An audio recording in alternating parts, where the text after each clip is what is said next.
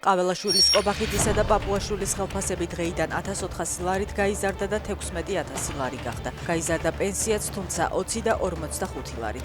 70 წლამდე ასაკის პენსიონერების 370 ლარს აიღებენ, 70 წლისა და მეტი ასაკის ადამიანები კი 495 ლარს.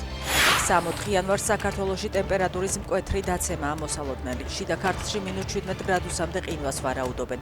ამჟამად უამინდობის გამო ქვეყნის მასშტაბით ცალკეულ მონაკვეთებზე მოძრაობის სპეციალური რეჟიმები მოქმედებს.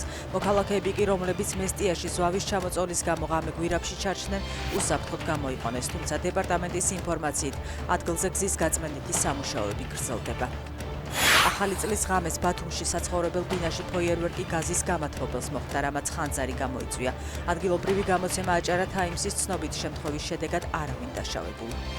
შვეიცარიის სათხილამურო კურორტზე აფეთქების შემდეგ აჩენილი ხანძრის შედეგად 40 ადამიანი დაიღუპა და 100-მდე დაშავდა.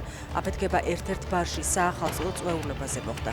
ადგილობრივი პროკურატურის განცხადებით, შემთხვევა ტერორისტულ თავდასხმად არ განიხილება.